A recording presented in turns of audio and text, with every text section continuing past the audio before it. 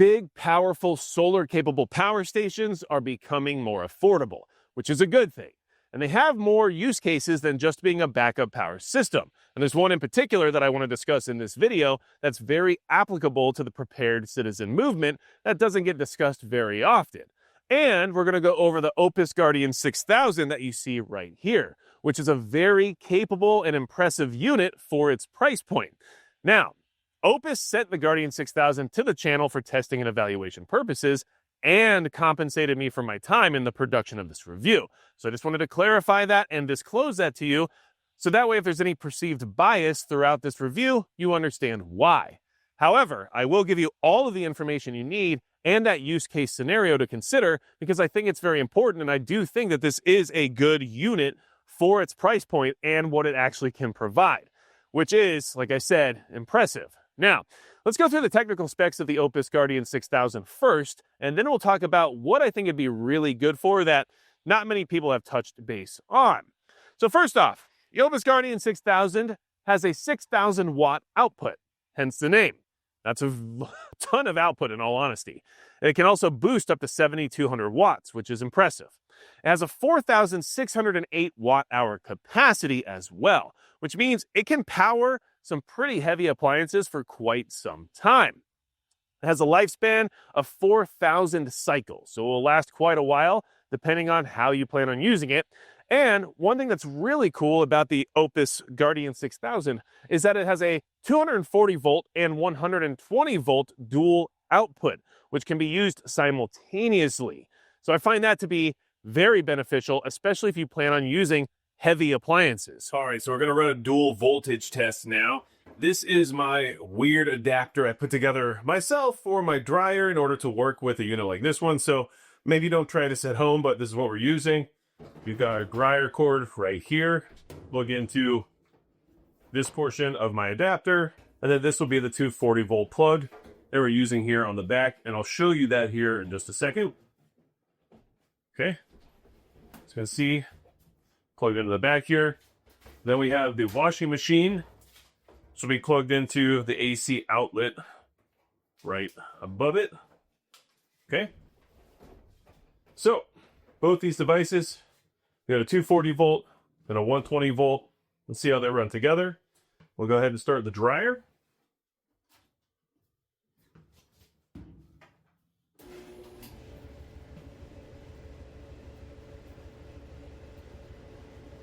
Okay, you saw it surged above 6,000 watts.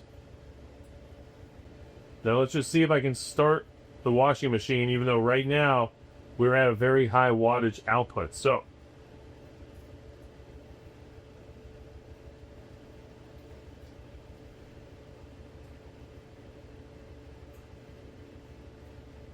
washing machine is on.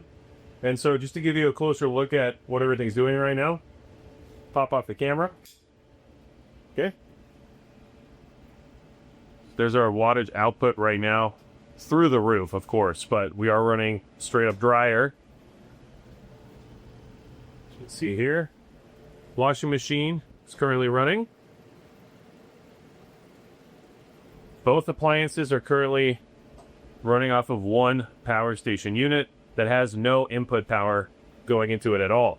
And here you can see on the back, got the washing machine cable right here, and then the dryer monstrosity adapter cable where it's plugged in right here.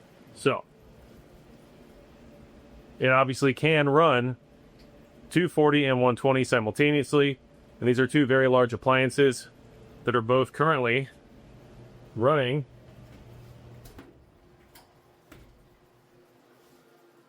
as intended. And just in case you saw the little dust storm there, it's because the vent on my dryer disconnected because I had to pull it out in order to get it unplugged. I'll fix that later, but I wanted to address that just in case anybody was concerned. Another great thing about this particular unit is that it's expandable. You can actually attach an additional 8 batteries to this unit, which gives your capacity 41.4 kilowatt hours, which is a ton. So you'd be able to power things for quite some time if you're willing to invest in that large of a setup. Now you have a few different charging options here. Well, 2 to be exact.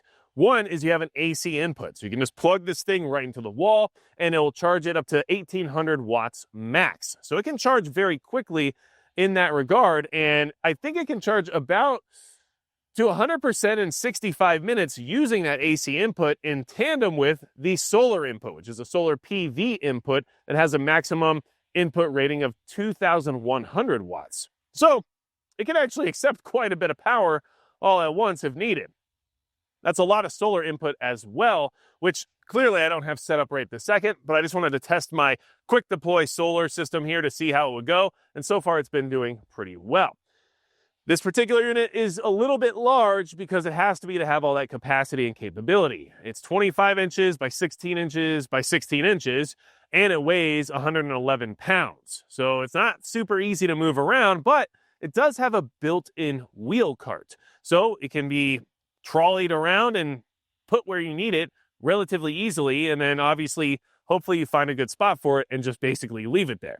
But it can be moved if needed, especially if you're just trying to move it around for the purposes of location of the sun for solar, or because you just need it from one appliance to another and those are actually not able to be moved.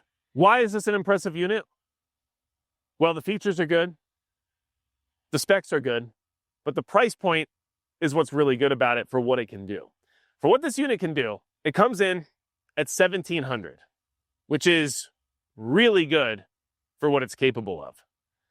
That's still a lot of money, but for the solar power station game, the numbers would say that that's actually a really good value. So you can find links in the description below as well as in the pinned comment if you're interested in the OUPES Guardian 6000. The OUPES Guardian 6000 comes with this case as well, which inside doesn't have a lot of stuff, but it has some things that you definitely need, such as your cables. So we have an AC wall charging cable right here, and works the way it's supposed to, of course. And then it does come with the solar PV input cable as well, which is nice because not all solar power stations come with a solar cable. So you already have that set up and ready to go right in the box. Then you also have your manuals here, warranty card information and stuff like that. But honestly, just very little, but it's all the stuff you need and nothing you don't. It can do a lot. It's been good. And there are a couple things I want to mention about it just so you're aware. When I received the OUPES Guardian 6000, I had a couple of struggles in getting everything set up. The first amount of struggle was regarding the battery discharge. I wanted to cycle it through a couple times to make sure the battery management system had a full reset and to just verify that everything was working properly. However, it comes, at least my unit came from the factory with a limitation of only discharging down to 10% and only charging up to 90%. And so trying to actually discharge it to zero was difficult because the only way to fix that is by going into the app, which the app is very rudimentary, which is good because it's simple, but does everything you would need it to do. So I find that to be a benefit. However, I couldn't connect the app right away because the IoT just wasn't working the way it was supposed to. And so it gave me a little bit of a struggle there. But once I got it to cycle down below 10%, by just repeatedly, kind of checking the power level and letting it sit for a day or two, it finally had like a reset moment, and then everything started working just fine. So I wanted to bring that to your attention so you're aware. But once I got the IoT to work, I could jump on the app and I could set it down to 0% for discharge and 100% for charge, which isn't necessarily recommended, but it's something I wanted to do for testing purposes. And then once I was able to do that in the app, everything worked exactly the way that it was supposed to, and everything's been good to go ever since, especially in the delivery of power and in the input of power as well. So I wanted to at least give you that heads up in case you were to get one of these units and you were struggling with connecting with the app or discharging it in order to reset everything when it comes to the battery management system. That was something I dealt with and everything worked out, but it was just something that I figured I'd share in case you run into the same thing, because it does seem to just work itself out. You just got to give it a little bit. All right, so now let's talk about the best uses of this particular unit, or even units like it in general, right? So obviously we have home backup power. You can use an inlet or a transfer switch, and then this thing will just take over if you lose power, or you can just use it to kind of manage your power a little bit more directly when it comes to what you're producing in the sense of solar and what the grid is producing. So you can do all those things like you can with any of these larger units that are capable of that level of output and input. So Obviously, I think that's a good thing to have, and it's something that I also have in my home currently right now. You can also run this with an RV, which is another obvious use of this particular unit, which I think RVs might be slightly underrated in the sense of capability for preparedness reasons. And this gives that RV a little bit of a boost in the sense of what it's capable of once you are mobile or off-grid. It has a TT30R 30 amp plug-in, so that way you can hook up your RV right to it, and then everything should work relatively smoothly, and I think that's obviously a good use case. But another one that kind of moves into the one that I want to mainly discuss here is going to be your off-grid primary power. You could take this with a tiny home or a cabin or something like that and make your own grid just with this and some solar panels and expandable batteries, and you'd be good to go. I mean, it can do all the things you need it to do. I think that's a great place to be. But let's push that into the realm of something a little bit more applicable to the prepared citizen. And when I say that, I think everyone knows what I mean. And what this would be really cool for, and something that I'm going to experiment with here in the future, would be something akin to a citizen patrol base, right? So let's just say you have to put together some sort of patrol base style situation based on an environmental issue or a crisis of some sort that created a need for such a thing, right? This would then allow you to power that patrol base in every regard you would require. So you could set up a transfer switch in said patrol base. Maybe it's a shed, maybe it's a makeshift shelter, whatever it might be, right? All right, welcome to my patrol base, aka the eventual goat house, but the same principle applies. With the OUPES Guardian 6000 and a manual transfer switch, I suddenly can rig this entire building up with outlets and have electricity for whatever I need it for. And that's a really good capability to have. The fact that just these two devices can take any building and suddenly give it power is huge. And then of course, if you rig up solar panels on the roof or right outside and run wiring and everything else, you can have some sustainable energy wherever you are. And in a patrol-based setting, that means you can keep all of your electronic equipment up and running, charged, and etc., etc. So this is something I just wanted to quickly demonstrate because it doesn't take a lot of equipment to suddenly have an outbuilding like this one have power.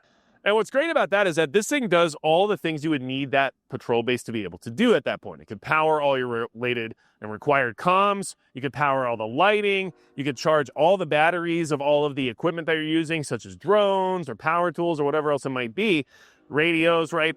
And this thing just takes care of that as a mobile power plant. And I think that in the sense of preparedness, that's a very powerful option and a very powerful tool to have. Because as we've seen throughout the world, when things get a little chaotic and when unfortunate scenarios unfold, people still need access to communications and equipment that require electricity. And if you were finding yourself in a situation where something like a patrol base was required, you would want the ability to have some level of power at it. And this gives you that capability in a very small package at a very impressive price point without having to set up anything atrocious in the sense of logistical infrastructure. So that's what I think this is really good for. And it's something that I'm going to play around with here on my own property as just kind of an experiment moving into the future. So look forward to that at some point in time here. But at the end of the day, it's a good thing that these really powerful, really strong, solar-capable power stations are becoming more affordable.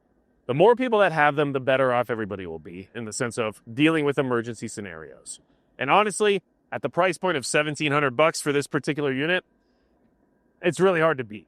And the fact that it's been working the way I need it to, once I got through those initial teething issues of the app not connecting and the battery discharge and things of that nature, I haven't had any other problems with it at all. Even with the solar charging situation I have set up right now, I'm not at max efficiency because, well, time of year and everything else, but the best part of the day, I have 320 watts of solar panel set up right now, and I was getting 250 in here. So that's really not too bad at all. So it can definitely handle what it is you want to throw at it, and I think for the price point, it's kind of hard to beat. Those links are in the description as well as in the pinned comment. Thanks to OUPES for sending the Guardian 6000 out to the channel and for taking a chance on me and making sure I was taken care of in the sense of my time and energy, because it allows me to experience some of these other products without having to take a huge risk. And I can appreciate that. And I'm sure many of you can understand that as well. Anything else you need from me at all, go to magicprepper.com. We can find a lot of more information about how to support the channel. And besides that, that's going to be it for Magic Prepper.